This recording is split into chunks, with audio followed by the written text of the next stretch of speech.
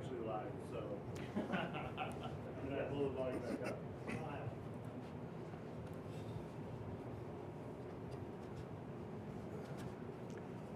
And in conclusion, that's how you hand cut a dovetail. Thanks, Kevin. You're welcome.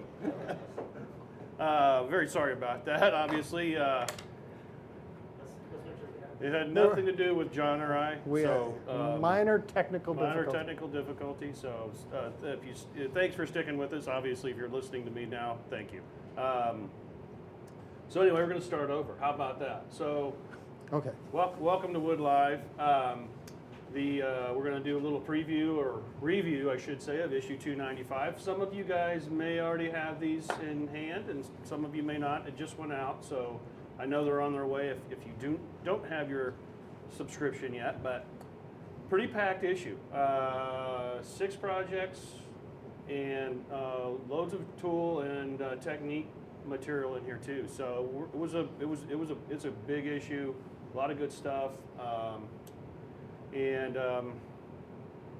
we have some very large projects in this issue outside of the desk here to my left that we couldn't bring down or didn't have the energy. So Want to do those first?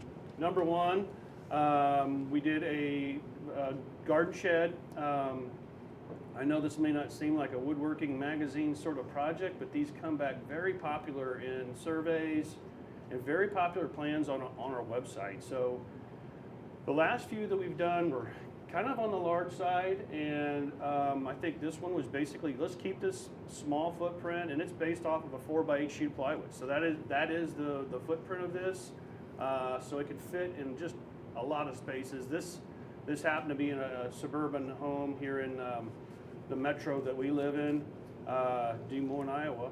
And this is actually next to the house, between the two houses. So plenty of room to get it before they got to the property line. And but it holds a lot of stuff. I mean, it's. Yeah. And I was just noticing something. Yes. Okay, on this photo, you see right back here where the sun hits? Yep. We need to discuss this. Because when the sun comes around to this side of that house, Yeah. it's not cool. Yeah. So we I was brought there under false pretenses. He goes, "Hey, do you want some lunch?" And I said, "I love lunch." lunch. Next thing I know, I'm standing right there, but that sun had moved. And you also had some opportunities to be on a ladder. Yeah. Hitting the shingles too. We needed to, anytime he needs shingle work, he calls up good old John. One good thing out of this is that most of this was built in this studio on the floor right in front of us. So and we did that for a reason. The floor was constructed beforehand, the walls were all built beforehand, and it was painted. Everything was pre-painted, so the assembly, although it did take us a couple afternoons, we waited for it to really warm up and for the sun to come over the house so we had good light for photography. But we learned our lesson. We learned our lesson. There was about a foot strip there. But great project, and the point of building an in shop or doing it in a controlled environment, especially if you have a flat floor, it really helps so you can get things squared up and flat. Plus the advantage of doing some painting beforehand, in a controlled environment. It made things work pretty slick as far as just standing up walls, and it went pretty quick. Yeah, So. and you can get it up before the neighbors ask questions. Yep, yep. Before the zoning guy comes down the street too. So This old thing? This has been here forever. Great little project. Next up, kind of a little bit more. I wish we'd had this actually on site for doing some work. It is a little bit more of a job site miter saw station, but you know what? This is something you can definitely set up in your shop too. This is basically a kind of a framework. There might be some need for adjusting, for your particular saw as far as the heights of the tables, but other than that, it's a pretty straightforward project. Really a weekender, easy weekend project. Those sawhorses, I think, were done in the Wood magazine. I am not sure what issue, but I know you can find it if you look on the Wood store. Those are pretty slick. Those are truly fold flat sawhorses, which are pretty nice. I think, What's that? Woodstore.net. Woodstore.net. I believe Nate is in that opening photo, so Yeah. that would tell us what a the few vintage years is. back. Yeah. Next project was. Was oh, there your another big couch. one? Yep, your couch. Now this- My couch. Yep, your couch. Super cool project. You're going to talk about it, not me. As you can see, it's a couch. Tell them about the construction of this, though. I don't remember a thing. With pocket screws. Oh, so actually, well, I guess that probably is the best photo. So we built this out of southern yellow pine, and the majority of the construction is either pocket holes screwed together, or you might notice in some of these how-to photos, we didn't even use like a dado set to do the notches. We just kept a regular combination blade in, notched out some of the joints. So with that kind of combination of interlocking simple joinery, you can get a really strong couch I wouldn't put the whole family on it. But Yeah. No. Well, you know, it looks a little bit more complex, but it really is not. Very simple, straightforward joinery. so and, yeah, And I like the. This was kind of an old play on an old classic Danish. yeah, Danish modern couch that you saw. At yeah. some point. Try to contemporize it a little Yeah. bit. All the wood's either 3/4 or 1.5 inches. Yeah. So You'll definitely need to find somebody in your zip code or nearby that can do some sewing. You can definitely find a source online to get those cushions, to buy them, but I think you'd be better off finding somebody local. Cost-wise, I think you probably still end up a little bit better off with that. So, and you maybe have a little better chance of picking the fabric that you want. So. Great project. So, what was next? We were gonna pivoting, talk we were going to talk about cabinet making tools. Yeah. So, Vince, Yeah. Hi, Kevin. how are you doing? Thanks for coming Pretty by. good. Vince, Hello, everybody. Vince did a story that we all thought was, again, this is something that people just find fascinating. Can't get enough of it. Cabinet making stuff, anything to do with cabinets, and we try to intersperse that in not every issue during the year, but we try to mix it in as much as we can because we know there's a big thirst for this. So Yeah, I think whether you're making kitchen cabinets or cabinets for your shop, there's just little tools out there that can make the job easier. So, and this wasn't really all my idea. We kind of pooled the opinions of the staff to find out what some of their favorite tools are for cabinet making. And a lot of these, you know, they're made for cabinet making, but you can use them on other projects. So it's not like you're just going to buy it and use it one time and never use it again. I think we covered about 13 different ones in the article. And I've got just a couple of them here, 3 of them that I thought kind of just show off real quick. Maybe the first. A lot Go of ahead. these, and I would say this, a lot of these things that we use in the magazine quite a bit, and I think sometimes we just assume that you already have these things, and I think we kind of gloss over that sometimes. So, I mean, this is an opportunity for you guys who are listening. If there are tools or the things that we're not covering that you're curious about, this is a good time to tell us about them. So, because we don't know that. You got to Right, communicate. right. So, that Vix Bit, Yeah. I know, that's a lifesaver when you're putting in hardware, and we never talk about it, but Right, and these have been around for ages, so I think you're right. We kind of assume people know about them, but if you're just starting out, or maybe even if you've been doing woodworking for a while, you might not have heard about them. But what it really is a spring-loaded drill bit, and there's a collar around the bit that is spring-loaded and pushes back as you drill. And what that does is it allows you to, I'll put it down here so you can see a little better. When you're installing hinges, you just place your hinge where you want it to go, and then there's a cone on the end of that, and it fits right into the hole for the countersunk hole for the hinge, and that keeps the drill bit centered as you're drilling. So you don't have to worry about, drawing a little circle and trying to keep the bit from wandering. It automatically registers it for you. And I think what Vince has illustrated right here, the key to this is if you look at that hinge, you're either on or you're not, and there's no adjustment, and that is where these bits really, really shine, is when you're buying hardware like this that doesn't have a slot or any way of adjusting it. This Yeah, it's a lifesaver. Yeah, it surely is. Yeah, So yeah. All right, and we got Another thing is installing drawer slides. I think everyone's, if you've done that, you've kind of probably fought with trying to get them right at the correct height and getting them the same side. So we've got, Craig's got a jig for doing that. There's a lip on them that registers against the side of the cabinet, the case, and then you set your drawer slide on top of that, and it'll just rest there while you're drilling holes. So that's a useful thing to have. One of the ones I really liked, because I learned a lot doing these articles too, because some of these things, you know, are new for me as well. This is a jig for drilling holes for concealed hinges. It has different settings for offsets. Depending on the type of hinge you're using, it might have to be set, you know, 5/8 of an inch from the edge or more or less. So you can 5 millimeters. I should say it's 6.2 millimeters, right. like that, yeah. So you can adjust it with that. And then there's a pin that you can move for different lengths from the end of the door. It's got a stop, so you can set that for the exact depth you need.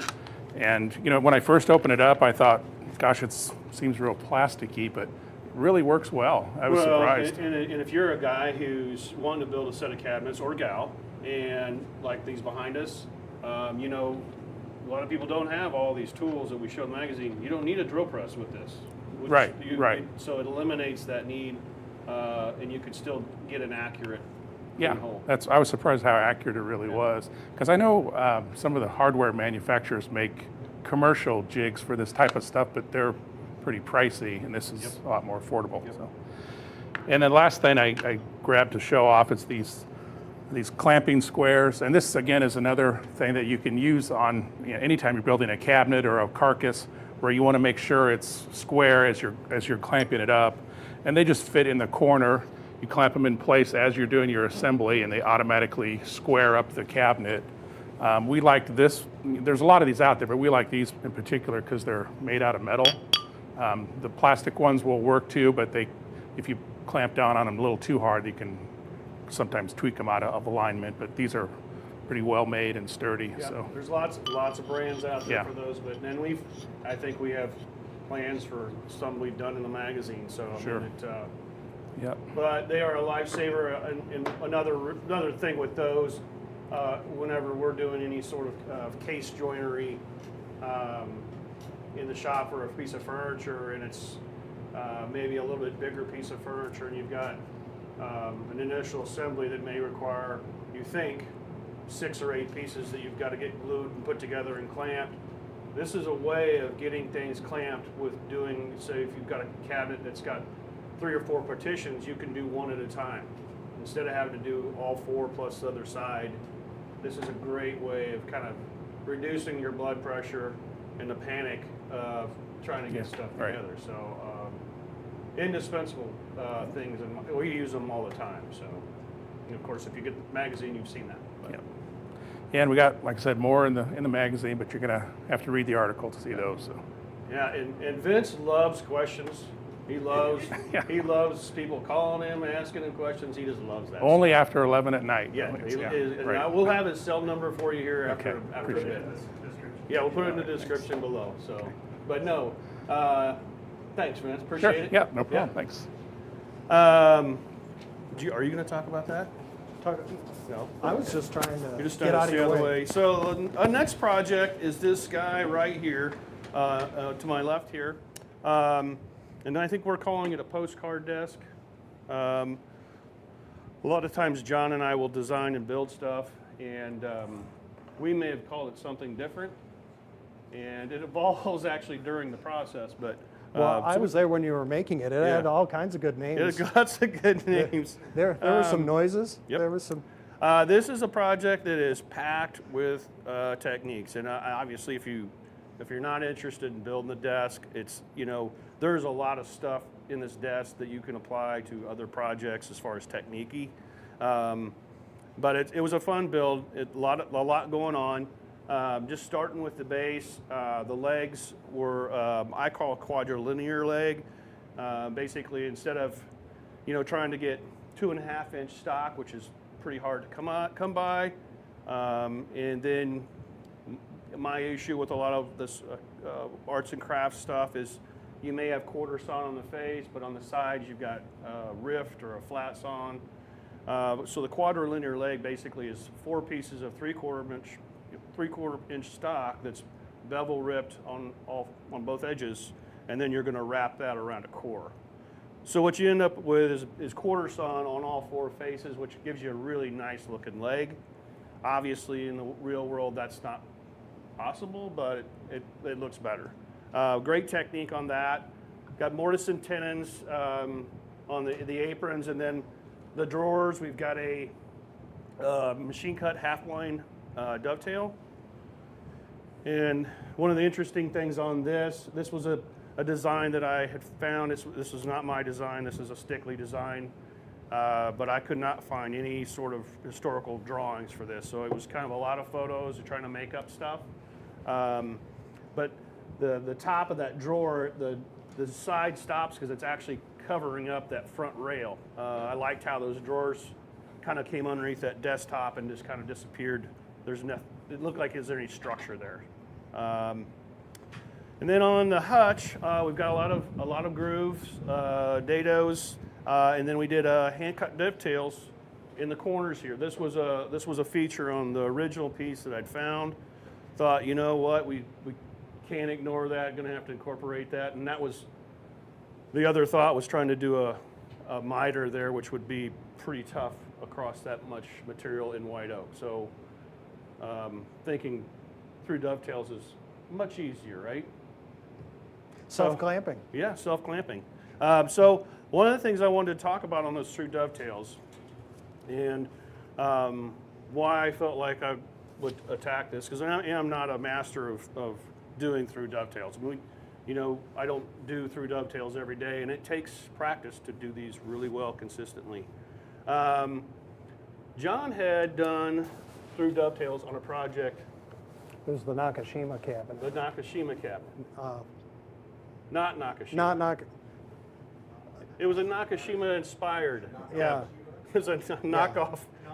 We can't do that. Don't sue us. Don't sue us. We're just trying to bring projects that are of a certain style, but we can't use certain names. So anyway, moving on. We're not trying to be funny.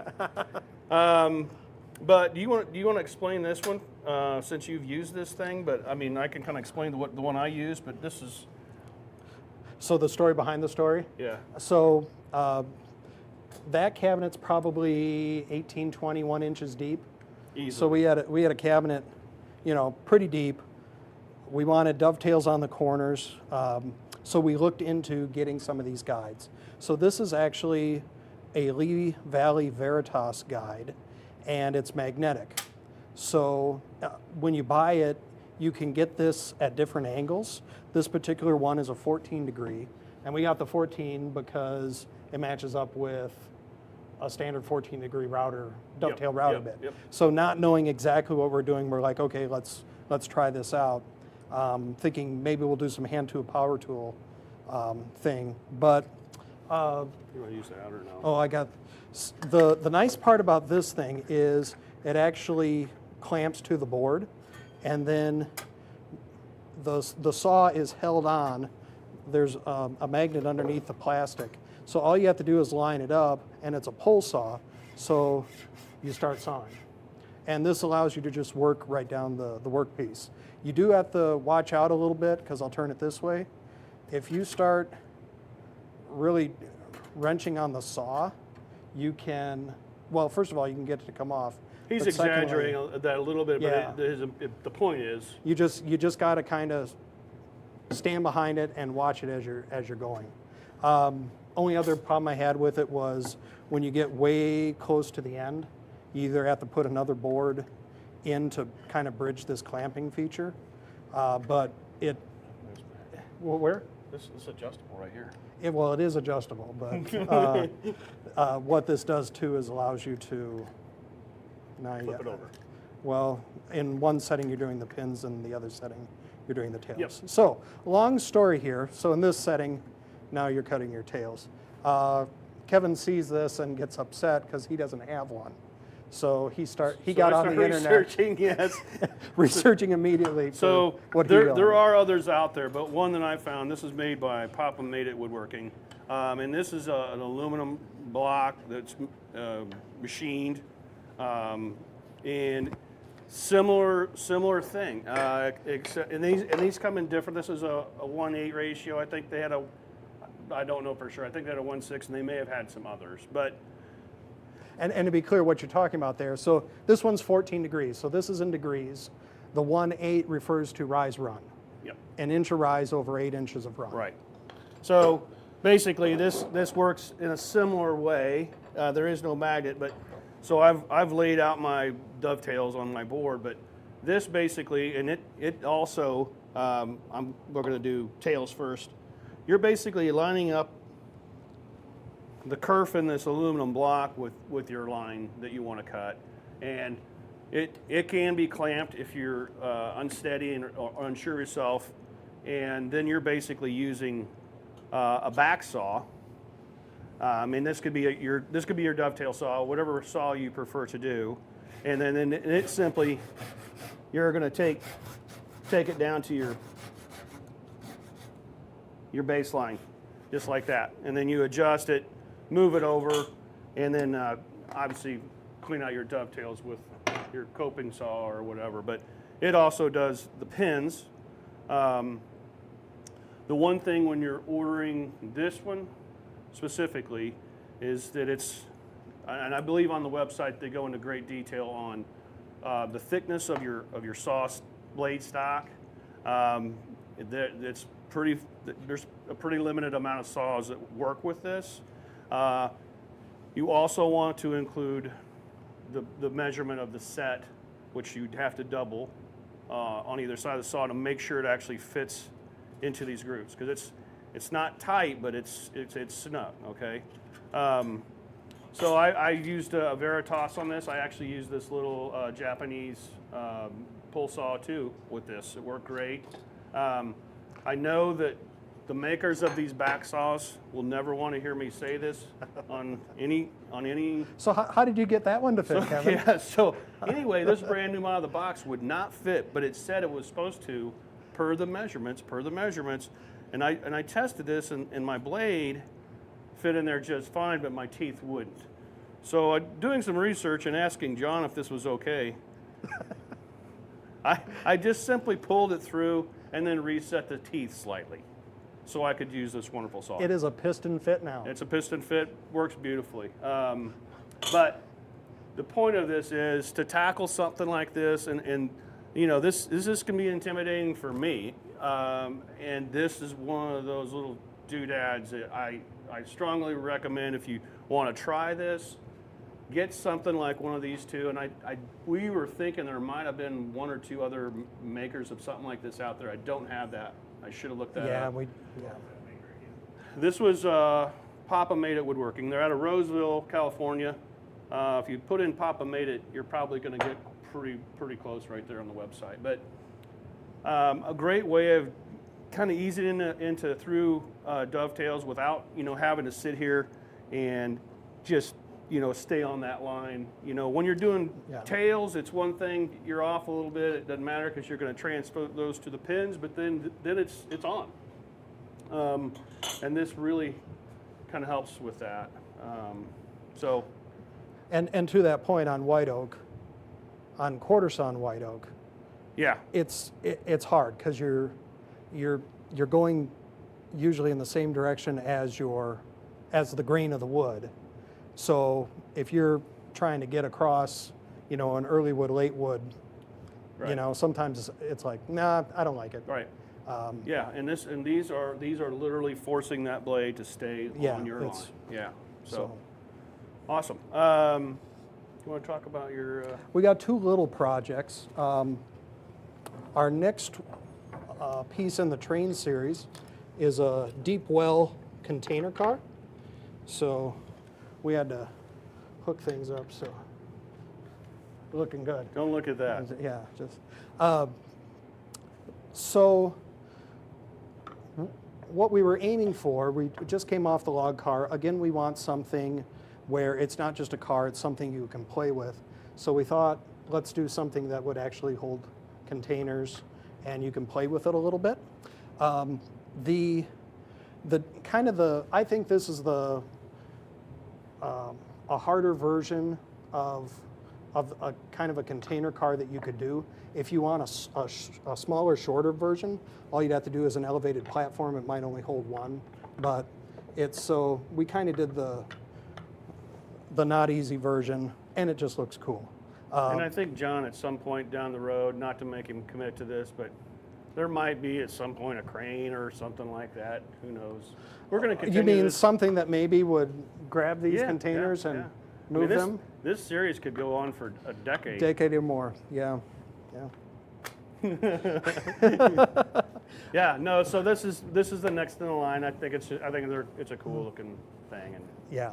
I do like how the containers drop down into that. So I don't think we went too overboard on it. There's a lot of detail in it, but yeah. if you look at it and go, I am not making that thing, could be simplified.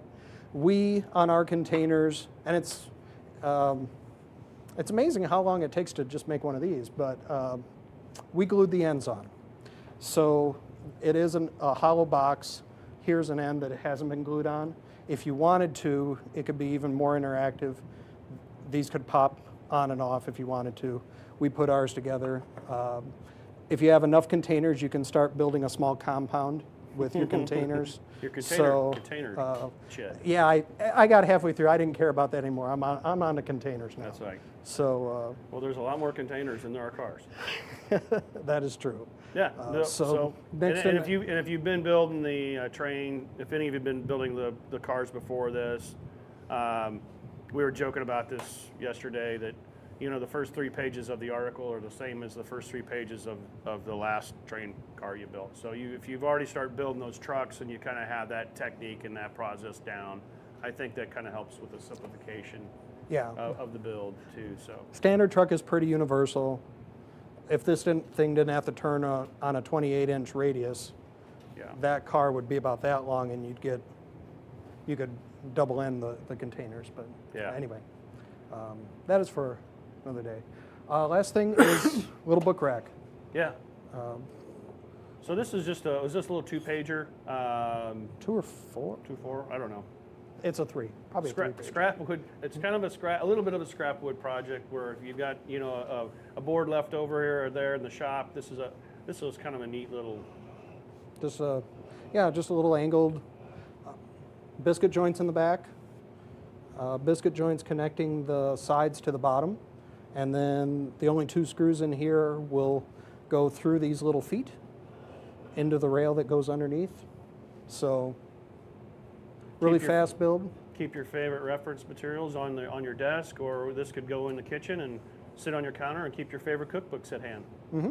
And we made ours out of oak and walnut, so you can bludgeon someone with it. Yeah. It will not fall off, but Sturdy. have a good counter. So yeah, so there's 6 projects in this issue. So I'm hoping that something in there gets you excited, or some techniques in there you want to try out. I did want to invite Dave up, because Dave did something in this issue that I think is also one of those techniques that people might go ho hum, but it's pretty important. Gluing up flat panels. I always have important things to say. I know you do. For sure. Yeah. Wrong. I thought you had props. I do, but I'm multitasking here. Now that everyone's thoroughly worn out and been like, my God, how long is this going to go? They bring me on, so now the audience drops rapidly. Before I start in on talking of gluing up panels, a couple of things. So we talk about getting the plans. You can always go to woodstore.net. That's where we have all of our plans available. If you are, just completely enraptured by this or completely angered by this, be sure to send us emails at woodmail@woodmagazine.com. Send them to Dave or Lucas, not to John and I. Lucas, John and I, especially. John and I are a little fragile. Yeah, their feelings get hurt kind of easily, Yeah. but Lucas is tough as nails, and I'm somewhere in between, so we can take it. Woodmail@woodmagazine.com. And speaking of woodmail@woodmagazine.com, one thing that we really want you to send is your workshops. In every issue, we do your shop, where we take a tour of somebody's workshop. And everybody loves these because everybody likes to point out how that shop's too big, that shop's too small, that shop's too clean, that shop's too messy. So everybody hates it. That shop's just right. Everybody loves to hate looking at other people's workshops, or hates to love working at other people's workshop, which is maybe, you know, why it comes out that way. But if you have a workshop that you think is cool in any way, whether it's, you know, the size of a postage stamp or the size of a stadium, take some pictures, send it to us at woodmail@woodmagazine.com, and we'd love to see it. Or if you know of a friend's shop and you think they're too modest to show it off, or a school that has a great setup, you know, anything like that, send it to us, and you might get it featured in the magazine. So, High res photos, please. yeah, we'll give you all the specifics. Now, any photos to start with, and then we can go from there. So just throw the disposable camera in the mail. Yeah, exactly. Take the box camera, run it through. We will develop the- 24, yeah, and we'll- then, you know, send it right to us. John will take care of it. So, on that note, yes, I also talked in this issue about gluing up panels, and a lot of times that seems fairly simple, but it's amazing how challenging it can be. And I'm not going to talk everything about the article, but talked a little bit about how you can arrange your boards, how you can joint them, how you can get a good clamp up with them. But one of the things that I thought I'd talk a little bit about is this part right here, where I talked about jointing boards face to face, jointing two boards at a time. And the reason that I talked about, I made some props that are really over-exaggerated. I learned a lot of my woodworking from my dad, and my dad always told me a lot of things that have sometimes turned out to be really great, and sometimes turned out to be okay, Dad, great. I would always start off with always, you know, keep the face of your board against the joiner when you're edge joining it, so you'll always get that nice square edge. Well, that's swell, but so I've marked the faces on a couple of boards. Say this is your joiner fence, get over here, and if you're, sorry, we're up close this way, you're the tight one. If your joiner fence is square and you run your board through, everything's fine. But if your joiner fence is at all out of whack and you run the face of this board across the jointer, and then you run the face of this board across the jointer, when you go to put them together, there's what you end up with. Not exactly a flat panel. So there's a couple of ways you can combat that, and one is to take your boards, ignore these edges for the moment, but I've marked 1 and 1. So this is my first joint in my panel, and I've marked the face. And I'm going to take those two boards and put them together face to face. Now, as I joint them, even if that jointer fence isn't square to the bed, I can joint them, and when I go to put them together, those two angles will cancel each other out, a supplementary angle for math folks, and you end up with a flat panel, even though your joiner fence might have been completely out of whack. So just one of those little things that you can do. There's always workarounds. Yeah, and I want to point out this to all those people who are going to send letters in about to square up your joiner face first, Dave, is even in our shop upstairs where we constantly are checking this, you're talking about a minuscule amount of, that could be out, and some joiners are better than other joiners as far as quality. Your in feed might be square, your out feed might not be. I have some twists So in it. Yep. Dave is illustrating this on an extreme thing, but this is what I do in the shop too. It pays off, and you can fight these nagging little narrow gaps with. You can be successful that way, yeah. And another thing you can do, and yes, this is extreme, and I mean, if your joiner fence is this far out of the line, I mean, that may be his joiner at home, but I just well, but I mean, I've even had, you accidentally bang a board into it or whatever. But the other thing you can do, if you mark your face, as I've done here, these arrows indicating which is the upper face. The other thing that you can do if handling two boards, this face-to-face method really works best on boards that are similar widths. If your boards are different widths, or if they're just too big to handle, the thing to do is working your way across the panel, joint with the back face against the joiner on this one, and then the top face against the joiner fence on this one. And as you work your way across, you know, you're going face, underside, you'll do the same thing. You'll create those supplementary angles that will cancel each other out. So, no, I think it's a great article, Dave. I mean, again, I think it's one of those things we take for granted sometimes, and especially for the beginning woodworkers, this is great information. well, and something that's, you know, that's good in it too, like people always wonder how many clamps to use, and we give a kind of simple way to see that really your clamps are putting pressure out at 45-degree angles from the face of the clamp, so kind of a 90-degree arc there. So as long as you're hitting against each other or slightly overlapping those, you don't need a clamp every 6 inches. You need a clamp often enough to make sure that you're getting consistent pressure across the panel. So you can never have enough clamps, but you never have to use too many either. So anyway, that's a little bit about gluing up boards. Yeah. Well, thank you. Yeah, and like I said, be sure to send us. We love to see everybody's shops, and we love to get everybody's shop tips. 2 of the most popular parts of the magazine. So send them in. Yeah, and and a little bit on that note too. I mean, we may not respond to every correspondence that you send, and we're sorry, but we get lots of correspondence in the mail, and we do appreciate it, whether it's critical or not, because it only helps us be better. But I wanted to point out this letter. I think this was just, Lucas brought this to me. It was just addressed to wood. This is from a 13-year-old boy who's getting into woodworking already, and this kind of stuff that gets me excited. But Yep. you know, it's pretty to the point. He's got some ideas about techniques he wants to see. He talks about tool tests he wants to see, and this is how we know. So fall in line with what Noah was able to do for us here, writing in and giving us some helpful hints. We love to hear from you.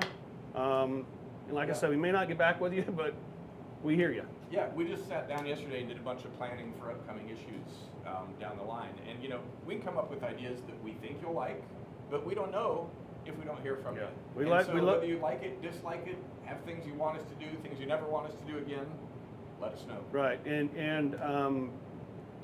mean, we always, every year, there's projects that the readers submit, and we, you know, work with them and get those projects in the magazine.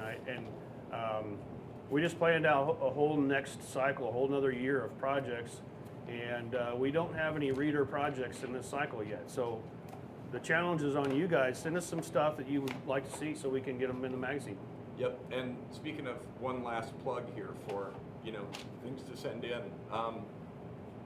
in every issue, we try to publish some of the feedback we get from everybody in your voice and in your project. So if you have something you like, dislike, would like to see, let us know. We'll see if we can get it in the magazine. And if you've built a cool project that's not from the magazine, we'd still like to share that too. That's the Your Project section, where just, you know, we don't expect to be your only source for or outlet for your woodworking. You might have ideas that you dreamed up on your own or from wherever. If they're cool and you're proud of them, we're proud of them too, and we'd like to share them. We may not buy ideas or projects in other magazines, though. Yeah, or we may accidentally. Or we may, we talked about yesterday, actually buying back one of our own ideas from us. So Yeah. we were like, this is really cool, we should have thought of this. Oh, turns out we did, but enjoy your check. We have a request. Can you repeat the address of where to find plans online? Yes, woodstore.net. That is our plan site. Woodmagazine.com is where you can go for all things related to the magazine. If you're looking for project plans specifically, go to woodstore.net. That's all I got. I'll get out of the way so you guys can. I think that's all we got. There's tons more in this issue. Obviously, we've covered a lot of it, and thanks for hanging out with us. And we'll see you guys next time. Don't forget to hit subscribe. Yeah, and Lucas owes you a prize for everyone who stayed through our technical difficulties at the beginning. So Yeah. his checkbook's out already. Thanks.